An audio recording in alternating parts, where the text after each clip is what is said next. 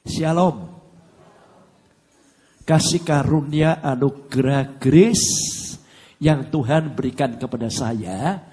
Kalau siang hari ini mulai tadi pagi, siang hari dan nanti sore, saya berdiri di ruangan ini kembali. Ini seperti mimpi. Apa saudara? Kayak mimpi. Saya 5 bulan dalam keadaan lumpuh. Saya tidak ngasih tahu sama Pak Lukas, Shirley, ya. Tetapi saudara 5 bulan. Ya. Dan klimaksnya pada waktu saya dengan ibu dibawa oleh Samuel, menantu saya dan cucu saya ke Singapura. Ternyata baru tahu. Ada tumor mulai hidung saya sampai tenggorokan. Panjangnya 10 cm, lebarnya 5 cm, dan tebelnya 4 cm. Secara medis, tidak mungkin itu bisa ditangani karena usianya, karena cukup langka dan lain sebagainya. Tapi hari ini saya ada di tengah-tengah Anda tanpa satu operasi. Rencananya tim medis itu kemo saya 6 kali. Cuma sekali saja. Tidak diradiasi 30 kali. Dibuatkan topeng. Enggak, semua tidak. Cuma di kemo sekali. Semua itu hilang. Ya. Tadi pagi saya sudah sampaikan, mukjizat itu tetap terjadi. Berikan salam kepada sebelah saudara, katakan, mukjizat itu tetap terjadi.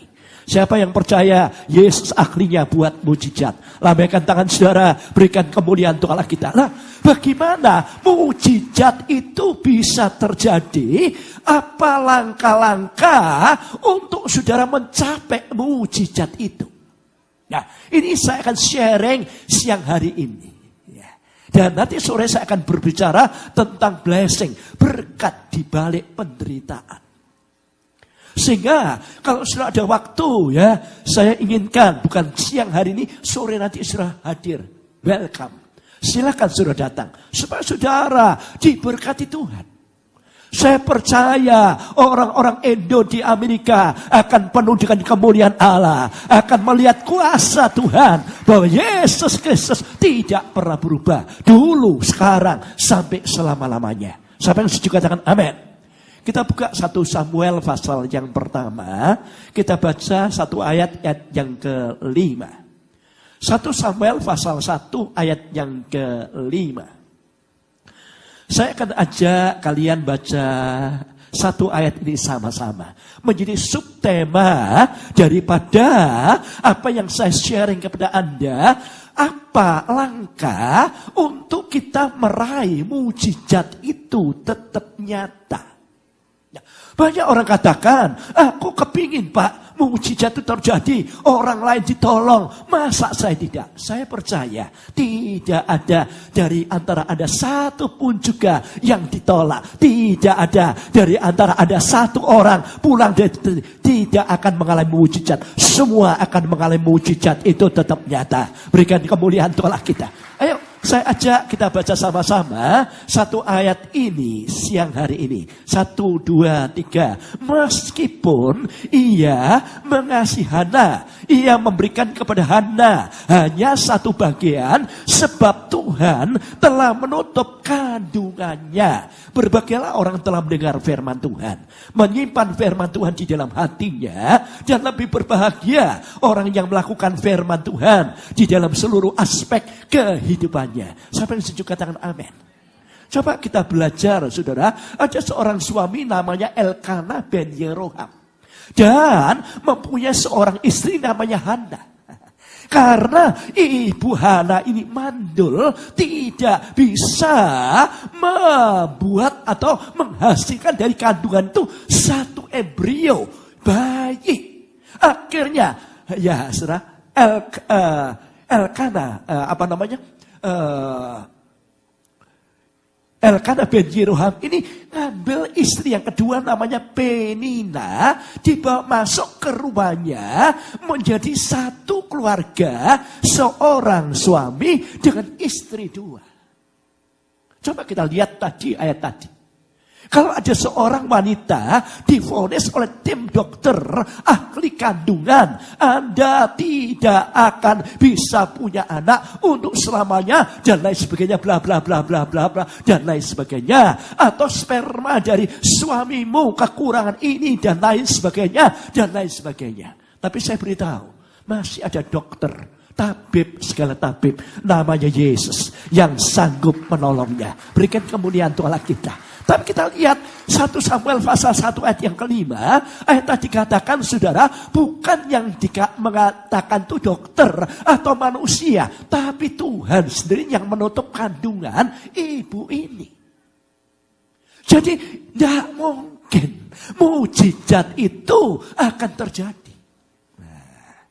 Coba kita lihat bagaimana langkah-langkah untuk meraih mujizat itu terjadi. Kita baca 1 Samuel pasal 1 ayat yang ke-6 sampai ayat yang ke-7. Saya akan bacakan ayat ini. Tolong Anda perhatikan baik-baik. Tetapi madunya selalu menyakiti hatinya, supaya ia gusar karena Tuhan telah menutup kandungannya. Sudah bisa bayangkan loh, tiap hari diintimidasi, tiap hari diteror kata-kata, padahal madunya itu punya anak. Dia sendiri tidak punya anak, satu rumah dibuat bahan cemoohan. Kita baca sama-sama ayat yang ke-7. 1, 2, 3. Demikian terjadi dari tahun ke tahun. Setiap kali Hana pergi ke rumah Tuhan, Penina menyakiti hati Hana sehingga yang menangis tidak mau makan. Ini langkah yang pertama untuk meraih mujizat itu terjadi. Yang pertama, jangan saudara dan saya sakit hati. Halo? Halo? Berikan salam. Tidak boleh ada sakit hati di dalam hidup kita. Kepahitan. Ingat loh saudara, ingat. Amin. Coba kita lihat apa hasilnya kalau orang itu sakit hati, saudara. Kita buka Ayub pasal yang kelima, ayat yang kedua. Sesungguhnya orang bodoh dibunuh oleh sakit hati. Jadi mau tidak mau kita diingatkan oleh firman Tuhan bahwa orang yang sakit hati dalam hidupnya, orang yang pahit dalam hidupnya, itu orang yang bodoh. Bahasa Perancisnya hoflok. Saya doakan di sini tidak ada orang yang hoflok. Semuanya orang yang bijaksana, pandai. Berikan kemuliaan Tuhan kita. Coba kita lihat, dan orang bebal dimatikan oleh iri hati. Coba kita lanjut di dalam Ayub pasal 21 ayat yang ke-25. Nah, yang lain mati dengan sakit hati. Tidak pernah merasakan kenikmatan. Saya inginkan semua saudara ngerti. Jangan sampai saudara usia kita ini saudara sebetulnya panjang umur dibunuh karena sakit hati. Dibunuh oleh kepahitan hati. Dan Anda tidak pernah menikmati kenikmatan dalam hidup ini. Nah, saya tadi pagi sudah sharing. Coba saya akan ulangi sebentar saudara. Tolong foto yang pertama ditayangkan. Ya, tolong lampunya dimatikan sebentar bagian depan. Terima kasih sebelumnya supaya foto ini lebih jelas lah. Sudah bisa bayangkan. Ini bayi yang usianya 11 hari. Ini tumor di lehernya. Ini kepalanya, ini matanya, ini hidungnya, ini mulutnya. Bagaimana kalau Anda sebagai seorang ayah, sebagai seorang ibu, punya baby yang dalam keadaan seperti ini? Nah, ini loh. Nah, ternyata istri ini punya kepahitan hati. Punya kebencian, saudara, dari mami, daripada anak yang ketiga ini, saya kasih nama Abraham. Nah, saudara perhatikan, padahal dia sudah dioperasi secara tim medis, manusia katakan dia tim medis keluar dari kamar operasi setelah 6 jam baru keluar. Mereka geleng-geleng kepala semua. Dan dia katakan yang pertama dokter, miracle, mukjizat terjadi. Nah, dia katakan aku tidak pernah operasi baby yang usianya 11 hari bertahan 6 jam baru kali ini. Tolong kita lihat posisi yang kedua, foto yang kedua. Supaya saudara tahu, ini bukan buah nangka. Ini tumor. Akibat hati seorang ibu yang hamil. Seperti ini akibatnya. Saya inginkan supaya saudara tahu. Ini dioperasi, saya selesai. Dan tumor ini besarnya saudara bisa bayangkan 1 kilo. Sampai ibu dan ayahnya ini katakan, lupa sampai begini. Bapak berarti Bapak punya hikmat dari Tuhan. Beli operasi yang besar. Nah, ini 21 tahun yang lalu. Dan hari yang ketiga, hari yang ke-13, bayi ini sudah biru. Sudah dimasukkan inkubator, sudah dioksigen dan dikasih infus. Dokter katakan sore nanti mati. Saya cuma doakan dari Jombang, 80 km. Tuhan memberikan profes kepada saya. Ada kebencian. Saya cuma ngomong, mau Abraham itu mendapat mujizat. Mau Abraham itu mendapat kesembuhan. Mau Abraham jadi kesaksian. Iya Pak. Betul ibu punya seperti ini. Dia kata iya.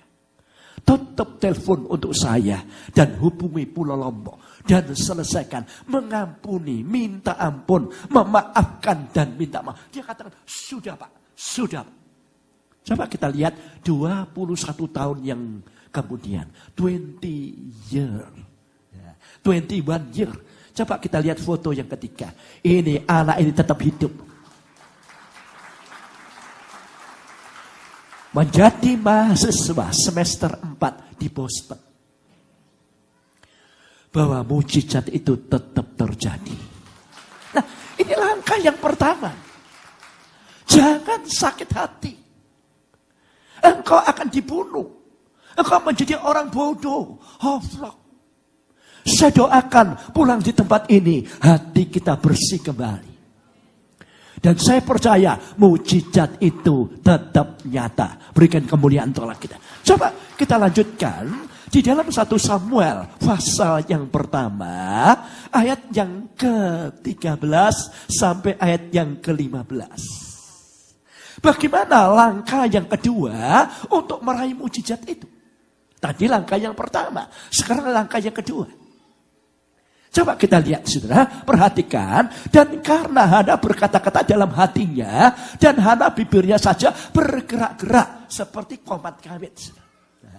Tetapi suaranya tidak kedengar, maka ini menyangka perempuan itu mabuk.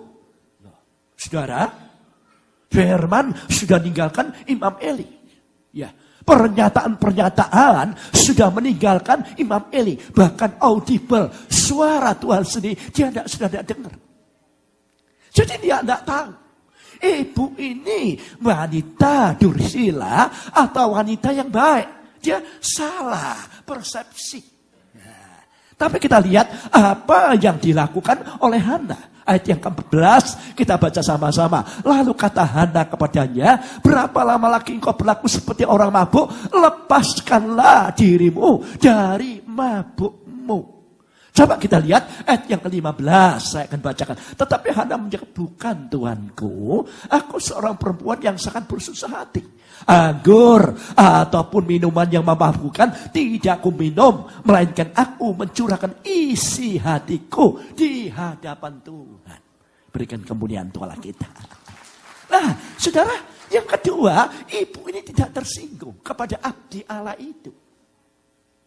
Meskipun dianggap wanita dursila. Meskipun dianggap sesuatu yang jelek dalam hidupnya. Amin. Jadi langkah yang kedua, tolong Anda perhatikan. Hana ini pantang menyerah. Apa saudara? Pantang menyerah. Saya doakan kita ini pantang menyerah. Seringkali kita putus asa. Aduh, gini.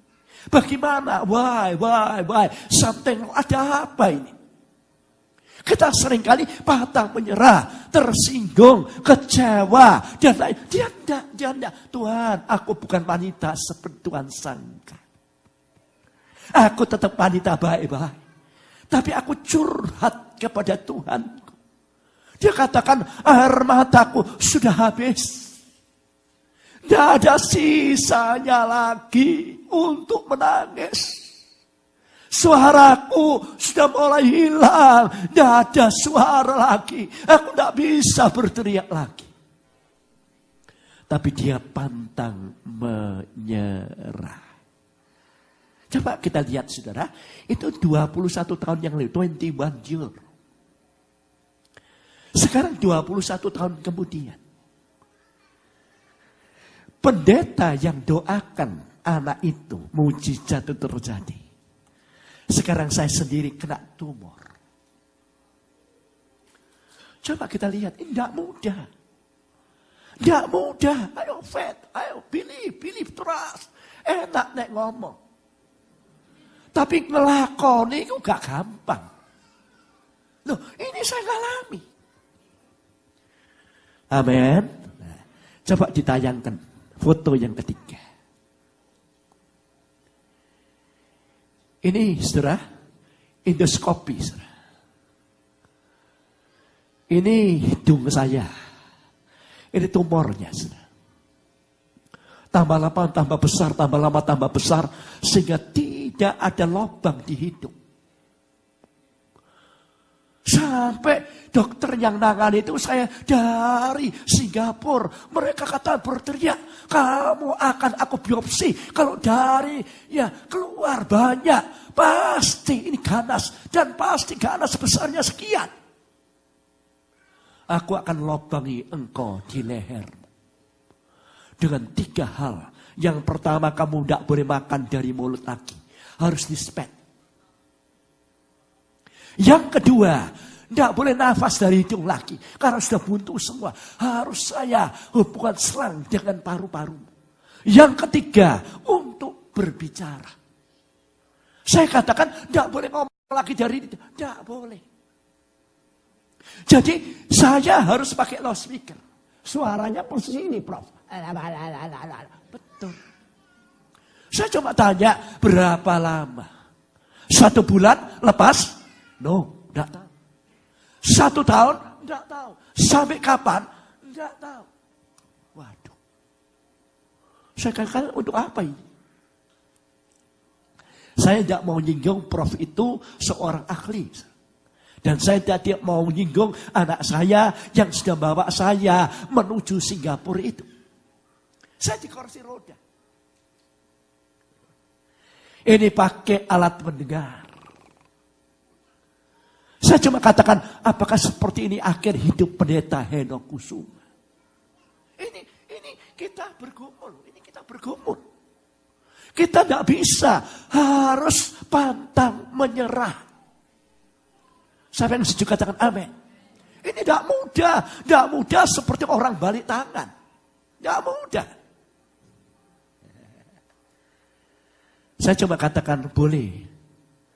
Saya minta izin sebentar ke restroom untuk buang air kecil. Silakan pastor. Saya didorong oleh istri saya.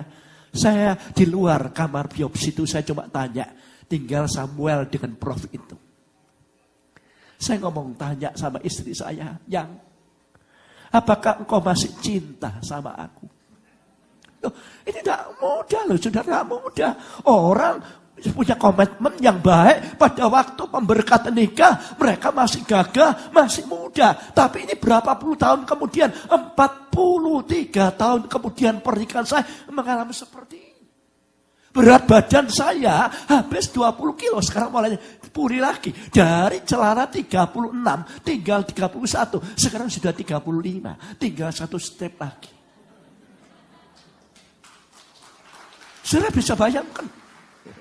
Saya cuma tanya sama istri saya. Saya minta istri saya untuk maju ke depan. Nah, saya tuh tanya sama dia, apakah engkau cinta sama aku? Aku tetap cinta. Meskipun tumormu seperti itu. Saya katakan terima kasih sang. Saya cium. Saya katakan dekatkan kursi roda sampai roti roda. Kursi roda itu ke dinding. Kamu sudah tahu, Prof itu berkata kepada saya. Saya tidak ada harapan lagi.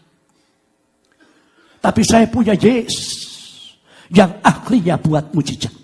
Firman Tuhan ini tidak pernah berubah. Dulu, sekarang, sampai selama-lamanya. Saya cuma katakan, kalau Raja Hizkia bisa ditolong. Meskipun Yesaya bin Amos kasih tahu, kamu pesan sama keluargamu, sebentar lagi kamu mati. Tapi raja itu berbalik tubuhnya ke dinding. Dan mujizat itu tetap nyata. Dia dikasih panjang umur 15 tahun. Saya cuma katakan Tuhan, I believe. Saya tetap percaya. Ada apa semuanya ini terjadi? Tuhan katakan apa? Di dalam Yesaya 37 ayat 28 sampai 29. Saya tidak bacakan PR nanti di rumah. Karena kamu mengamuk terhadap aku, maka aku menaruh kerikilku di hidungmu dan kekang pada leher. Dan aku akan memulangkan engkau. Maaf, saya mati suri 30 menit. Pada waktu masih di Jombang, dalam keadaan koma. Saya lihat, loh itu tubuh saya. Loh ini siapa ini? Ini siapa? Itu sudah ditutup kain putih. Saya berteriak, putri saya berteriak, menantu saya berteriak, pendoa, ibu-ibu itu 15 orang berteriak. Semua alat-alat medis dilepas dari tubuh saya. Saya dibawa 2 malaikat menuju to hell, ke neraka. Ngeri, saudara. Help me, tolong. Ada pendeta yang saya kenal di situ. Ada majelis gereja. Ada saudara pelayan Tuhan. Ada guru sekolah minggu. Ada orang Kristen. Dan yang lain. Saya cuma katakan, aku tidak mau di sini. Tidak mau di sini. Saudara, perhatikan baik-baik. Aku akan memulangkan kemana engkau datangnya. Kita dipindahkan dari neraka menuju satu tempat yang kekal di sorga. Melalui korban Yesus di atas kayu salib. Berikan kemuliaan Tuhan kita. Tolong Anda perhatikan baik-baik. Ini loh, ini keselamatan yang Tuhan berikan kepada kita. Sampai sejuk katakan amin. Dan saya bersyukur. Malaikat katakan, jangan ngomong apa-apa. Jangan bertindak, lihat saja. Saya lihat di neraka itu ada wanita yang paling dekat. Lidahnya ditarik sampai putus. Setelah itu tumbuh lagi, ditarik lagi. Saya tidak katakan, apa ini? Orang ini suka ngomel dan marahan. Oh, I'm sorry. Jangan sampai kita marahan dan ngomelan. Hongyang. Bahaya untuk kita. Loh, Tuhan tuh tahu. Dari situ saya dibawa ke sorga. Wah, senang. Semuanya baju putih, gemerlap, indah. Saya lihat ada mahkota, ada yang di kepala itu ada mahkota dan lain sebagainya. Saya lihat pendeta dan lain sebagainya. Seperti saya lihat di neraka tadi. Dan banyak orang. Saya cuma katakan, aku kepingin di sini. Ada suara yang lembut. Belum waktunya. Kamu harus kembali. Ada tangan yang dorong saya kuat. Kembali kamu. Dalam sekejap saya ada di ruangan itu sudah 30 menit, setengah jam. Saudara bisa bayangkan. Semua bingung, mempersiapkan. Loh, saya didorong masuk tubuh saya ke tubuh itu. Jenazah saya, ya saya tahu. Loh, saya buka. Kain putih. Wah, semua takut. Wah, pendetanya hidup lagi. Dipasang oksigen, infus, dan lain sebagainya. Istri saya, putri saya, menantu saya, pendoa saya, dia katakan, terima kasih Tuhan. Mujizat masih tetap terjadi. Dan tim medis katakan, cepat Bu, cepat deh, cepat. Suruh papa minimal ke Surabaya, Singapura, Penang, Cungkuok, dan negara lain. Kami tidak bisa langgan apa penyakitnya, tidak tahu. Istri saya telepon ambulan dari adik usada Surabaya. Dan apa yang terjadi, saudara? Perhatikan baik-baik. Kita cuma nyewa karena di Jombang itu ambulannya tidak ada full AC. Semua full AB, angin berobos. Dan tidak ada oksigennya. 1,5 juta. Oke. Ya, saya dibawa turun dari lantai 2 ke ambulan dengan istri saya. Seorang perawat dan mantri yang duduk di belakang. Ambulan berangkat. Saking senangnya saya sharing kepada istri saya. Saya lupa ada perawat dan mantri itu tidak peduli. Non-Kristen atau Kristen tidak tahu. Pokoknya saya sharing kepada istri saya. Karena tidak tahu kejadiannya. Kenapa itu kok gitu dan lain sebagainya. Bla bla bla bla. Singkat cerita mereka bertiga terkagum-kagum. Dan mereka sadar setelah ambulan itu masuk halaman rumah sakit Adi Husada Surabaya. Mereka berdua beriak, loh, saya katakan ada apa? Oksigennya lupa masak. Jadi 80 kilo tidak ada oksigen masuk di hidung saya. Mujizat itu tetap nyata. Saya ditangani oleh seorang prof. Saya kekurangan kalium, natrium. Saya dikasih kapsul garam, dikasih infus garam, tubuh sehat. Lumpuh lagi. Jadi saya keluar masuk Adi Husada itu 5 kali. Sampai dikasih member. Sampai jadi langganan. Saudara, bulan 12, Natal. Ya, saya ada di rumah sakit. Saya coba berbaring. Singkat cerita, bulan 1 Samuel bawa saya. Seperti tadi saya kejadiannya saya sampaikan, saudara, kami pulang. Saya pulang ke Indonesia. Baru ditangani. Coba kita lihat hasil, ya biopsi saya. Ini saudara, ini bukan chicken, saudara. Tapi ini tumor yang ada di hidung saya. Dibawa lab tetap tumor jinak. Sampai 3 kali.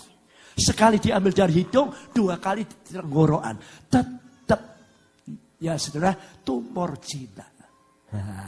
Dan saya harus dikemo. Ya, saudara tahu, belum dikemo. Besok pagi mau dikemo, pagi-pagi saya katakan, kok enak tenggorokan saya ini, ada apa sayang? Saya ngomong sama istri saya, tolong kamu ambil ya senter baterai. Kamu lihat tenggorokan saya. Dia teriak, mujizat terjadi. Hilang separuh. Profesornya datang, misalnya belum dikemo. Dia tulis surat, lihat tulis surat. Untuk apa? Saya dibawa ke USG. Bagiannya separuhnya turun ke bawah. Dicari di jantung paru-paru saya. Organnya di bawah. Profesor yang nangani USG dia katakan, loh pastor untuk apa Anda ke sini? Mana surat ini? Loh, keliru. Tidak ada tumor, tidak ada kanker. Semuanya sehat. Nah, kamu harus kembali ke kamarmu. Kena 850.000. Karena 3 dimensi. Tidak ada penyakit. Dan apa yang terjadi? Coba kita lihat foto yang keempat. Ini hasil RMI saya. Ini tumor. Tolong yang lain lebih jelas. Berapa saudara panjangnya? 97,5 mm. Hampir 10 cm. Tebelnya hampir 4 cm. Terus yang lain. Nah, lebarnya 5 cm. Loh, ini semua data. Tenggorokan saya itu tidak ada lubangnya lagi. Saudara bisa makan. Ya, Haoje Sen Jinping. Saya tidak bisa makan. Semua di jus. 1 biji nasi itu tidak bisa. Ya, ini saja. Nah, tapi saya pantang menyerah. Amin. Banyak orang katakan, percuma diginikan dan tidak mungkin. bikinmu cuma sekali. Semuanya hilang.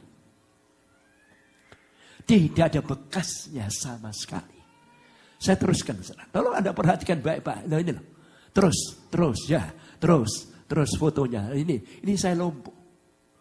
Saya pantang menyerah. Saya tetap ikut kebaktian. Pertama, kedua, ketiga. Jam 5 pagi. Jam 9 dan setengah 5. Meskipun didorong kursi roda. Saya ikut kebaktian. Pembicaranya saya ajak makan. Mereka makan biasa di kantor gereja. Saya pakai jus. Saya tetap enjoy. Saya tetap senyum. Saya makan dengan lahap. Dia katakan, saya lihat om ini bahagia. Orang lain tidak mungkin bisa seperti ini. Saya pantang menyerah. Sob. Amin. Coba kita lihat. Saya teruskan foto yang berikutnya. Loh, belum lah. Ini saya di Singapura. Lumpuh, saudara. Lumpuh. Selanjutnya. Ini bukan James Bond. Saudara. Ini di hotel bintang 5 di Singapura. Lumpuh.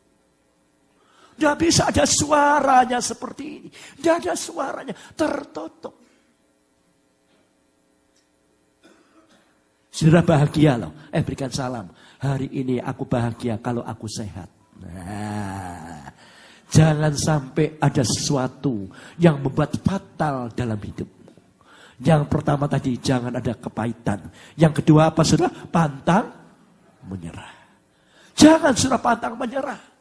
Masih ada harapan. Masih ada jalan keluar. Masih ada breakthrough yang Allah buat untuk kalian. Berikan kemuliaan Tuhan. Sekarang kita lihat yang ketiga. Kita kembali di dalam 1 Samuel pasal 1. Kita baca ayat yang ke-16 sampai ayat yang ke-20. Janganlah anggap hambamu ini seorang perempuan dursila. Seperkara besar cemas sakit hati, aku berjalan demikian lama. Jawab Eli, pergilah dengan selamat. Allah Israel akan memberikan kepadamu apa yang kau minta daripadanya. Ayat yang ke-18 kita baca sama-sama. Sesudah itu berkatalah perempuan, biarlah hambamu mendapat belas kasihan daripadamu. Lalu keluarlah perempuan itu mau makan dan mukanya tidak muram lagi. Ayat yang ke-19, keesokan harinya bangunlah mereka pagi-pagi, lalu sujud menyembah di hadapan Tuhan. Kemudian pulanglah mereka ke rumah di Rama. Ketika Elkana, perhatikan baik-baik, bersetubuh dengan Hana, istrinya yang mandul, Tuhan ingat kepadanya. Maka setahun kemudian mengandunglah Hana dan melahirkan seorang anak laki-laki. Ia menamai itu Samuel, anak itu Samuel. Sebab katanya, aku telah meminta daripada Tuhan. Siapa yang setuju katakan amin. Saudara, langkah yang ketiga, sabar dan setia. Ini langkah yang ketiga. Kita seringkali sudah tidak sakit hati. Kita seringkali yang kedua sudah pantang menyerah. Tapi kita seringkali tidak sabar. Tidak sabar kita ini. Seringkali kita cari jalan pintas. Kita seringkali tidak setia. Dia tetap setia. Amin. Amin. Nah, apa hasilnya? Saya teruskan foto yang berikutnya. Foto yang berikutnya. Tolong ya ditayangkan. Ya, ayo. Ya. Sekarang karena saya sabar dan setia, saya boleh cucuk ya 2 dari 2 anak putri kami. Yang pertama saya kasih nama Heleri. Yang kedua, coba, ini Vanya. Anehnya, bedanya, saudara, perhatikan baik-baik. Cece dengan adiknya, Cece-nya ada di Jombang, adiknya ada di Balikpapan. Tetapi lahir bisa sama-sama tanggal 6 bulan 3. Tolong Anda perhatikan baik-baik. 2011, cuma bedanya yang satu jam 00:11 menit, yang satu jam 11,11 menit. Beda cuma 11 jam.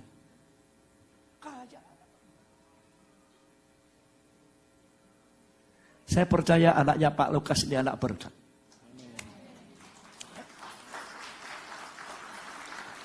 Ini loh, generasi penerus nanti. Saya percaya, ini waktunya. Ini waktunya. Kalau sudah sabar dan setia. Saya tidak tahu, seringkali kita tidak sabar. Betul apa enggak? Cari jalan pintas. Cari jalan alternatif. Dengan pemikiran kita, dengan masukan-masukan dari luar dan lain sebagainya. Seringkali kita tidak setia. Karena apa? Orang yang tidak setia itu, saudara perhatikan baik-baik. Orang yang seringkali saudara, mendapat bujukan rayuan. Saya doakan supaya saudara tetap setia.